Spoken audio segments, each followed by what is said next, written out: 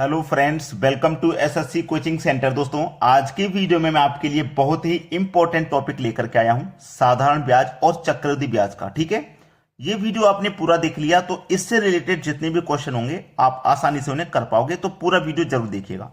चलिए स्टार्ट करते हैं। पहला प्रश्न है, किसी धनराशि पर 2 वर्ष का साधारण ब्याज है 4,000 रुपए और चक्रवृद्धि ब्याज है 4,400 रुपए, तो ब्याज की दर क्या है? ये जो दर निकालने वाला प्रश्न होता है ना, रेट निकालने वाला, यही इंपॉर्टेंट होता है। ठीक है, R% आपका दर निकालना है आपको। ठीक है, तो इसको निकालने के लिए सबसे आसान मैं फार्मूला आपको बता रहा हूं। रेट परसेंट निकालना है तो बराबर 2 इंटू CI यानी कि कंपाउंड इंटरेस्ट माइनस कर देंगे SI यानी कि सिंपल इंटरेस्ट, यानी कि चक्रवृद्धि ब्याज में से साधारण ब्याज को माइनस कर दोगे और बटे में लिखोगे साधारण ब्याज। ठीक है, और गुने 100 कर देना है। इसको आप नोट कर लीजिए ताकि इस तरीके का प्रश्न कभी भी आए तो उसे आप कर पाओ। R% निकालना है बराबर 2। अब देखो CI कितना है, चक्रवृद्धि ब्याज कितना है आपका, 4,400 रुपए। ठीक है, यही तो है, तो 4,400 रुपए लिख लेंगे, माइनस SI है आपका 4,000 रुपए, 4,000 लिख लेंगे, बटे में SI आपका 4,000 रुपए और गुने कितना भाई 100, यह है। चलिए R% बराबर 2, 4,400 में से 4,000 को हम माइनस कर दोगे तो हमारे पास कितना बचेगा, 400।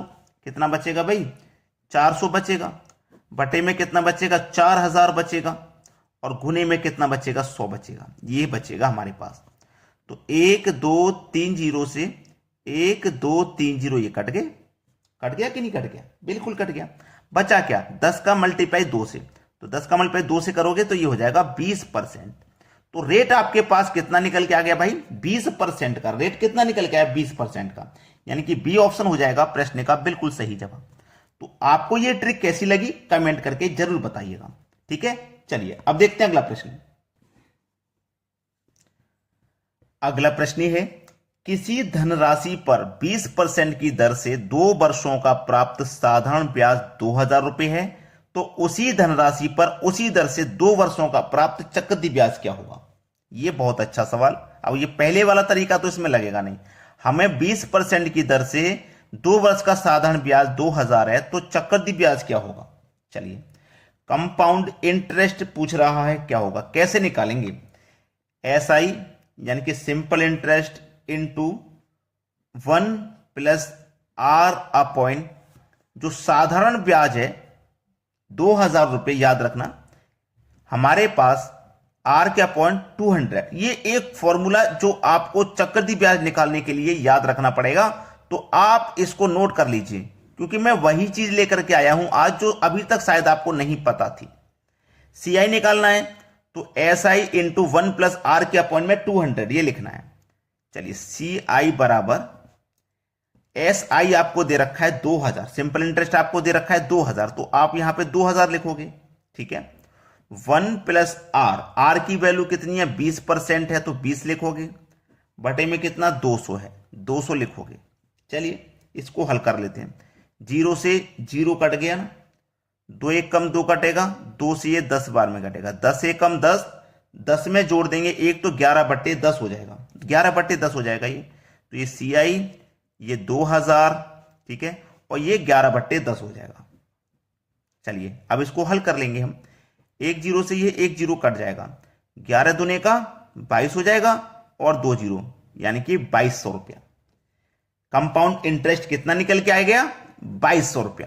किस ऑप्शन में है, C ऑप्शन में, बिल्कुल सही जवाब। तो कर लिया ना इसको भी हमने आसानी से, ये फॉर्मूला हमें मालूम था, 2 स्टेप में आंसर आ गया।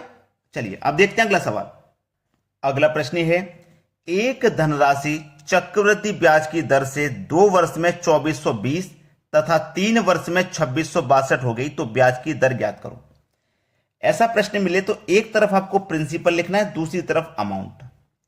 जो पहले वाली राशि है वो प्रिंसिपल का काम करेगी, यानी कि 2,420 रुपया। अमाउंट कितना, 2,662 रुपया। चलिए, 2 वर्ष में इतनी थी, 3 वर्ष में इतनी हो गई, तो वर्ष का क्या करोगे आप, अंतर करोगे। 1 वर्ष का अंतर है, जब 1 वर्ष का अंतर है तो आपको यहां पे कुछ नहीं करना।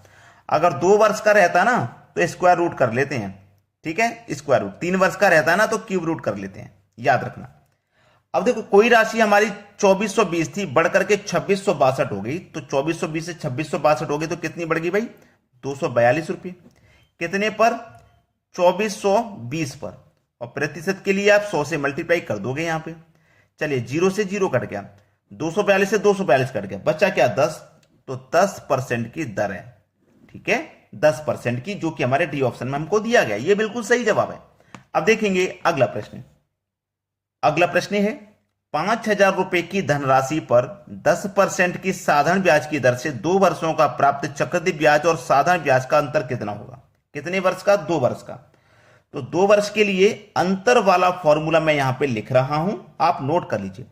डिफरेंस बराबर पी आर का स्क्वायर बटे में 100 का स्क्वायर। नोट कर लीजिए 2 वर्ष के लिए, ठीक है। चलिए, क्या पूछ रहा है? अंतर, यानी कि डिफरेंस।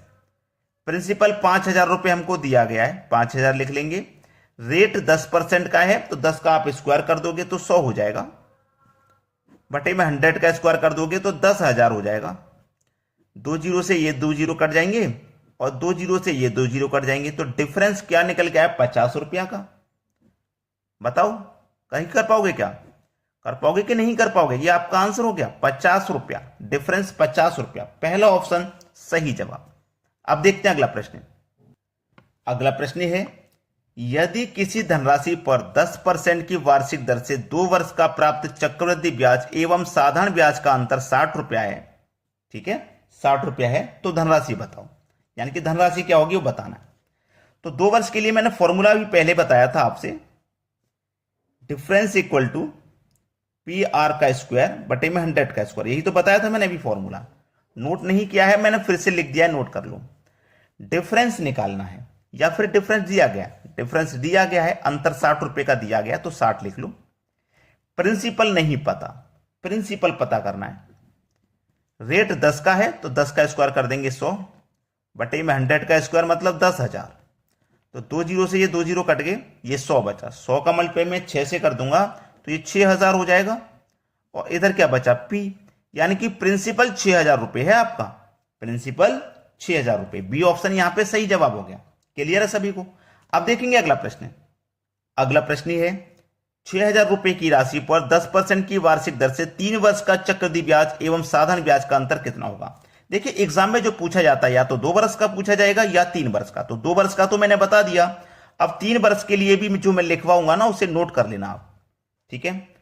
डिफरेंस बराबर पी आर का स्क्वायर बटे में 100 का स्क्वायर। ये तो आपका 2 वर्ष का मैंने बताया था। 3 वर्ष वाले में भी ये रहता है, 3 वर्ष वाले में थोड़ा सा और ऐड होता है, 300 प्लस आर बट्टे 100, इतना और ऐड होता है। ये 3 वर्ष के लिए है, नोट कर लीजिए, ठीक है। चलिए, डिफरेंस निकालना है। प्रिंसिपल 6,000 रुपया है, रेट आपका 10 का है तो 10 का स्क्वायर कर दो यानी कि 100, और 100 का स्क्वायर कर दो मतलब 10,000, इंटू 300 में जोड़ देंगे आर को। आर मतलब रेट 10% का है तो 300 में 10 जोड़ देंगे तो ये 310 हो जाएगा, बटे में 100, ठीक है। 100 से ये 100 कैंसिल हो गया, 1 जीरो से ये 1 जीरो कैंसिल हो गया, 1 2 3 जीरो से 1 2 3 जीरो कैंसिल हो गए। अब डिफरेंस कितना निकल के आएगा? 6 का मल्टीप्लाई 31 से होगा, 6 कम 6, 6 त्रिक का 18, यानी कि डिफरेंस निकल के आ गया 186 का, 186, जो कि सी ऑप्शन में है। तो अब आप 2 वर्ष का और 3 वर्ष का आसानी से निकाल पाओगे। ये आपका आंसर हो गया।